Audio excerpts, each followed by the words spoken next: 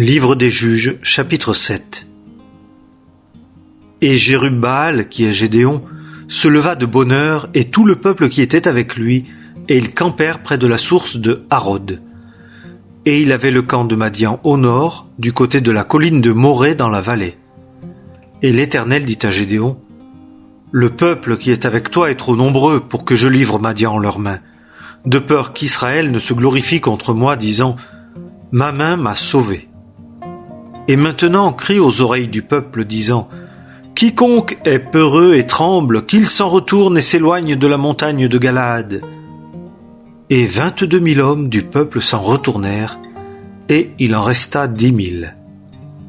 Et l'Éternel dit à Gédéon, « Le peuple est encore nombreux, fais-les descendre vers l'eau, et là je les épurerai.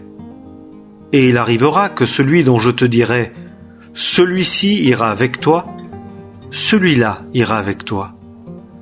Et que chacun de qui je te dirai, « Celui-ci n'ira pas avec toi », celui-là n'ira pas.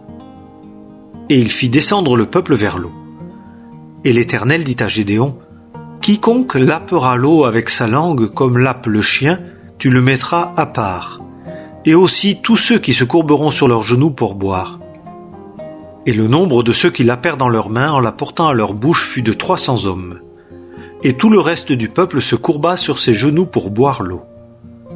Et l'Éternel dit à Gédéon, « Par les 300 hommes qui ont lappé l'eau, je vous sauverai, et je livrerai Madian en ta main. Mais que tout le peuple s'en aille, chacun en son lieu. » Et les 300 hommes prirent en leurs mains les vivres du peuple et ses trompettes. Et Gédéon renvoya tous les hommes d'Israël, chacun à sa tente, et retint les 300 hommes. Or, le camp de Madian était au-dessous de lui, dans la vallée. Et il arriva, cette nuit-là, que l'Éternel lui dit, « Lève-toi, descends au camp, car je l'ai livré en ta main.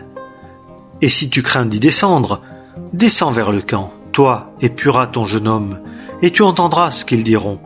Et ensuite tes mains seront fortifiées, et tu descendras au camp. » Et il descendit, lui et Pura son jeune homme, aux avant-postes des hommes armés qui étaient dans le camp. Et Madian et Amalek et tous les fils de l'Orient s'étendaient dans la vallée, nombreux comme des sauterelles, et leurs chameaux étaient sans nombre, en multitude comme le sable qui est sur le bord de la mer. Et Gédéon arriva, et voici un homme racontait un songe à son compagnon. Et il disait, « Voici, j'ai songé un songe, et voici un gâteau de pain d'orge roulait dans le camp de Madian, et il arriva jusqu'à la tente et la heurta et elle tomba. Et il la retourna sans dessus-dessous, et la tente était là renversée. Et son compagnon répondit et dit, « Ce n'est pas autre chose que l'épée de Gédéon, fils de Joas, homme d'Israël. Dieu a livré Madian et tout le camp en sa main. » Et il arriva que, lorsque Gédéon entendit le récit du songe et son interprétation, il se prosterna. Et il retourna au camp d'Israël et dit, « Levez-vous, car l'Éternel a livré le camp de Madian en votre main. » Et il divisa les 300 hommes en 3 corps, et il leur mit à tous des trompettes à la main, et des cruches vides, et des torches dans les cruches. Et il leur dit, « Regardez ce que je vais faire, et faites de même. Voici, quand j'arriverai au bout du camp, alors ce que je ferai, vous le ferez de même. Et quand je sonnerai de la trompette, moi et tous ceux qui sont avec moi, vous aussi vous sonnerez des trompettes autour de tout le camp, et vous direz, « Pour l'Éternel et pour Gédéon !» Et Gédéon et les 100 hommes qui étaient avec lui arrivèrent au bout du camp, au commencement de la veille du milieu de la nuit. On venait seulement de placer les gardes. Et ils sonnèrent des trompettes, et brisèrent les cruches qu'ils avaient à la main, et les 3 corps sonnèrent des trompettes, et brisèrent les cruches. Ils tenaient dans leur main gauche les torches, et dans leur main droite les trompettes pour sonner, et criaient, « L'épée de l'Éternel et de Gédéon !» Et ils se tenaient chacun à sa place autour du camp, et tout le camp se mit à courir, et à pousser des cris, et à fuir. Et les 300 hommes sonnaient des trompettes. Et l'Éternel tourna l'épée de chacun contre son compagnon dans tout le camp. Et le camp s'enfuit jusqu'à Beth-Sita, vers Tséréra, jusqu'au bord d'Abel-Méhola, près de Tabat. Et les hommes d'Israël se rassemblèrent de Nephtali et d'Azer et de tout Manassé et poursuivirent Madian. Et Gédéon envoya des messagers dans toute la montagne d'Éphraïm pour dire « Descendez à la rencontre de Madian et enlevez-leur les eaux jusqu'à Beth-Bara et le Jourdain. » Et tous les hommes d'Éphraïm se rassemblèrent et s'emparèrent des eaux jusqu'à Beth-Bara et du Jourdain. Et ils prirent les deux princes de Madian, Oreb et Zéeb, et ils tuèrent Oreb au rocher d'Oreb, et ils tuèrent Zéeb au pressoir de Zéeb. Et ils poursuivirent Madian, et apportèrent les têtes d'Oreb et de Zéeb à Gédéon, de l'autre côté du Jourdain. Livre des Juges, chapitre 8. Et les hommes d'Éphraïm lui dirent « Que nous as-tu fait de ne pas nous avoir appelés lorsque tu es allé faire la guerre contre Madian ?» Et ils contestèrent fortement avec lui. Et il leur dit « Qu'ai-je fait maintenant en comparaison de vous? Les grappillages d'Éphraïm ne sont-ils pas meilleurs que la vendange d'Abiézer? Dieu a livré en votre main les princes de Madian, Oreb et Zéeb, et qu'ai-je pu faire en comparaison de vous ?» Alors leur esprit s'apaisa envers lui quand il leur eut dit cette parole. Et Gédéon vint au Jourdain et le passa, lui et les 300 hommes qui étaient avec lui, fatigués, mais poursuivant toujours. Et il dit aux hommes de Sukkot, « Donnez, je vous prie, des pains au peuple qui me suit, car ils sont fatigués. Et je poursuis Zébak et Tsalmuna, roi de Madian. » Et les principaux de Sukkot dirent, « La paume de Zébak et celle de Tsalmuna sont-elles des gens, ta main, que nous donnions du pain à ton armée ?»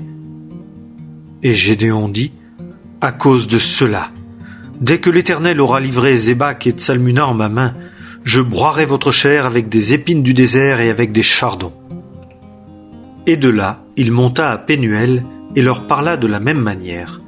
Et les hommes de Pénuel lui répondirent comme les hommes de Sukkot avaient répondu. Et il parla de même aux hommes de Pénuel en disant « Quand je reviendrai en paix, je démolirai cette tour. » Et Zébak et Tsalmuna étaient à Karkor, et leur camp avec eux environ 15 000 hommes, tous ceux qui restaient de tout le camp des fils de l'Orient, car il en était tombé 120 000 hommes tirant l'épée. Et Gédéon monta par le chemin de ceux qui habitent dans les tentes, à l'orient de Nobak et de Jogbéa, et il frappa le camp, et le camp était en sécurité. Et Zébak et Tsalmuna s'enfuirent, et il les poursuivit et prit les deux rois de Madian, Zébak et Tsalmuna, et mit tout leur camp en déroute. Et Gédéon, fils de Joas, revint de la bataille de la montée de Hérès. Et il saisit un jeune homme d'entre les hommes de Sukkot et l'interrogea. Et le garçon lui mit par écrit les principaux de Sukkot et ses anciens, 77 hommes. Et il vint vers les hommes de Sukkot et dit, « Voici Zébak et Tsalmuna, au sujet desquels vous m'avez insulté, disant, « La paume de Zébak et celle de Tsalmuna sont-elles déjà en ta main, que nous donnions du pain à tes hommes fatigués ?» Et il prit les anciens de la ville, et des épines du désert, et des chardons, et enseigna par eux les hommes de Sukkot. Et il démolit la tour de Pénuel, et tua les hommes de la ville. Et il dit à Zébak et à Tsalmuna, « Comment étaient les hommes que vous avez tués à Tabor ?» Et ils dirent, « Comme toi, tels ils étaient, chacun d'eux comme la figure d'un fils de roi. » Et il dit, « C'étaient mes frères, fils de ma mère. L'Éternel est vivant. Si vous les eussiez laissés vivre, je ne vous tuerais pas. » Et il dit à Jéter, son premier-né, « Lève-toi, tue-les. » Mais le jeune garçon ne tirait pas son épée, parce qu'il avait peur, car il était encore un jeune garçon.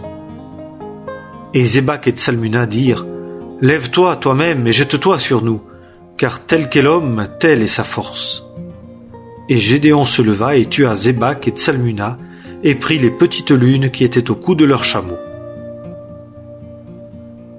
Et les hommes d'Israël dirent à Gédéon, « Domine sur nous, et toi et ton fils et le fils de ton fils, car tu nous as sauvés de la main de Madian. » Et Gédéon leur dit, « Je ne dominerai point sur vous, et mon fils ne dominera point sur vous. L'Éternel dominera sur vous. » Et Gédéon leur dit, « Je vous ferai une demande. Donnez-moi chacun de vous les anneaux de son butin. » car les Madianites avaient des anneaux d'or, parce qu'ils étaient ismaélites. Et ils dirent, nous les donnerons volontiers. Et ils étendirent un manteau et y jetèrent chacun les anneaux de son butin, et le poids des anneaux d'or qu'ils avaient demandé fut de 7100 cycles d'or, sans les petites lunes et les pendants d'oreilles, et les vêtements de pourpre dont étaient couverts les rois de Madian, et sans les colliers qui étaient au cou de leurs chameaux. Et Gédéon fit un éphod, et le mit dans sa ville, dans Ophra, et tout Israël se prostitua là après celui-ci. Et cela devint un piège pour Gédéon et pour sa maison.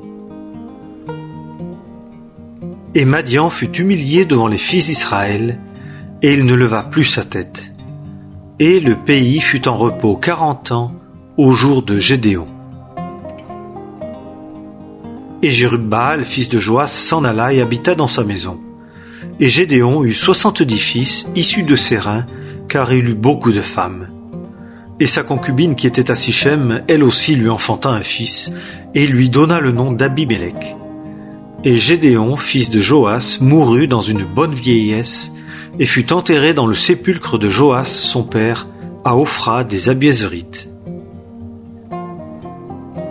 Et quand Gédéon fut mort, il arriva que les fils d'Israël retournèrent et se prostituèrent après les Baals, et ils s'établirent Baal-Bérite pour Dieu. Et les fils d'Israël ne se souvinrent pas de l'Éternel, leur Dieu, qui les avait délivrés de la main de tous leurs ennemis tout alentour, et ils n'usèrent pas de bonté envers la maison de Jérub-Baal, qui est Gédéon, selon tout le bien qu'il avait fait à Israël.